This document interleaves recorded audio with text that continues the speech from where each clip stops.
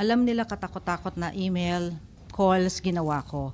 Kaya nga dumulog na ako sa inyo because wala namang nangyayari. So kung sasabihin sa akin ng RCBC ngayon, just because you're in front of them, na they will do their investigation and due diligence, for me, it's water under the bridge. Kailan na naman ito matatapos? Ma'am, continuous to yung ano natin. Hindi naman ako ang ningas ko kundi dito sa Senado. Yes, Pag sir, inumpisahan I ko, trust you. tinatapos ko. Sir, I trust you, but I Thank don't you. trust them. Sorry. Ay, them.